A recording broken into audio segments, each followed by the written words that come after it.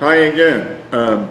I'm here and I was talking to Thomas, and we thought today I'd say a few words on a group of plants that are not used too often, or they are but people don't know a lot about them, and they're called herbaceous perennials. And this is something that is quite important in certain gardens. In my opinion, a lot of herbaceous perennials have lost favor. Plants come in and out. I hope you know that. If you don't know that, you will see it if you lived as long as I do, and have seen things come in and out of vogue quite a few times. Okay? So when I was getting out of college, I took a city test, and they wanted you to name 5 herbaceous perennials. And I said, tulips, daffodils, gladiolas. I just went down these corms and bulbs, and that was it. And I got it right. But there are a lot more, and what they are, it's a plant. We all know that perennials come up every year. Well, a herbaceous one dies down to the ground, so there's nothing there, and then it will come up and give you a plant and bloom, and then it all dries up and dies down again. And Thomas and I were kind of talking a little while ago that a lot of time you go into a garden, it looks barren. You don't realize when spring comes, if this is during the winter, that in the spring this whole garden is full of different plants and blooms and everything. So you have to know that when you go into the garden. So we were kind of talking that you should probably, if this is a new account, talk to the client and ask them what they have here. Because if you happen to pick this job up during the winter, it would look pretty barren, okay? So anyway, some of the plants, and we have them here at the college, and that I think are very attractive, and they're coming into the florist business now, are Peruvian lilies. And we used to have them, my dad's jobs way back in the 40s, they were all gardens all over the place. And then they went out of vogue. I don't know why. And now they're back with hybrids and everything, most beautiful flowers. And you don't do anything, you just leave them alone. The rains come, and if the rain doesn't come, you give them a little bit of water, they start coming up, they bloom, you keep forgetting them, they all dry up, and all you have to do is rake up the dead material, and next year they'll come back up again. A few other plants that we don't see around, also columbine, that's another great herbaceous perennial, and people just don't use it anymore. And out here we've had it, right, Thomas? I think it even reseeded out here. Yeah, this is and they naturalized start here. popping Nice. up all over, and they're in the wrong place. I used to tell a student, pick it up, take it home, you know, and you can have a lot of plants that way, okay?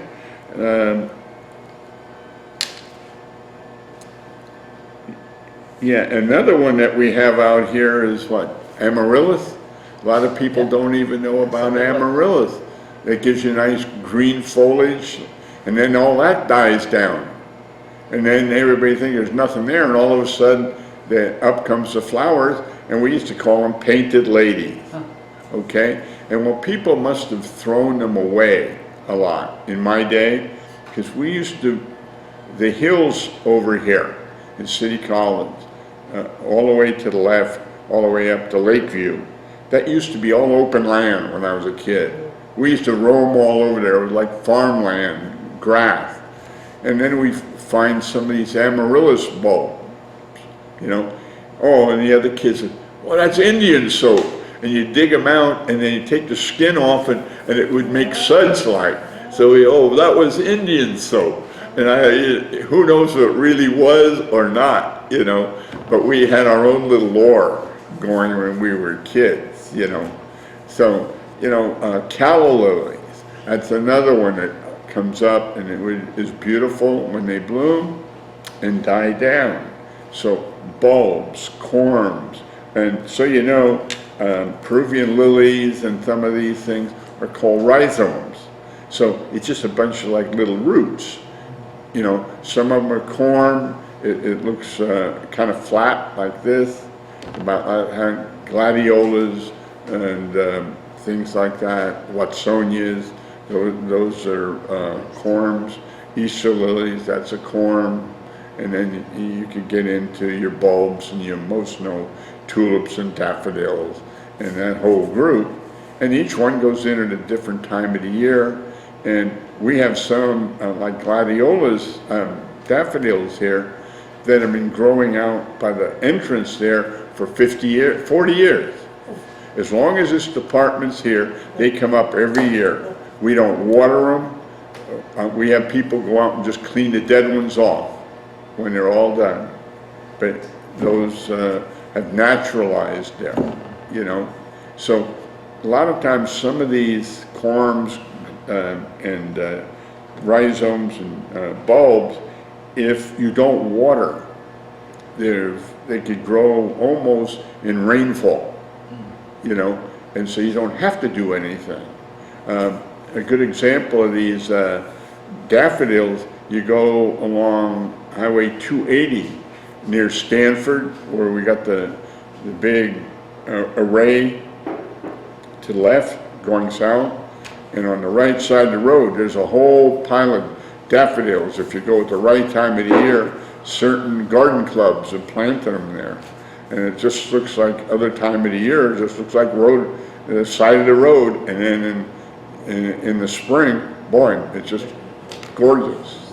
And there are other places around Sanford, the Bay Area, that have whole hillsides in daffodils. Daffodils, you know, naturalize very easily, you know.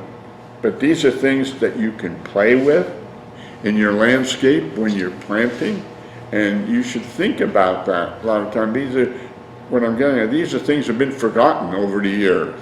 And you could make a nice splash in a garden, and you have all your other plants around, so when these things pop up, it's extra.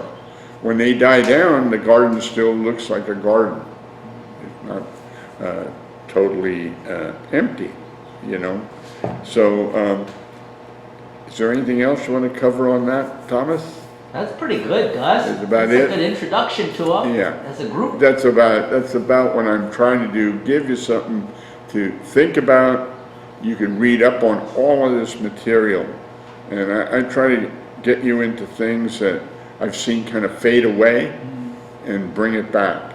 And while we're on that, do not get discouraged as you get older and the botanists change the names of plants. This has driven me crazy over 70, 80 years. They've changed them twice sometimes, and I just think they have too much time on their hands. You know, I learn a plant, I go in the nursery and I ask for it, and the young people say, we don't know what you're talking about. And some old coot that's in the back room says, oh yeah, he means such and such. And they, oh, I'm glad somebody remembers, you know. So this is where we are in horticulture. It is moving ahead all the time. We're learning, but I think we have to remember the past also. Okay? See you later.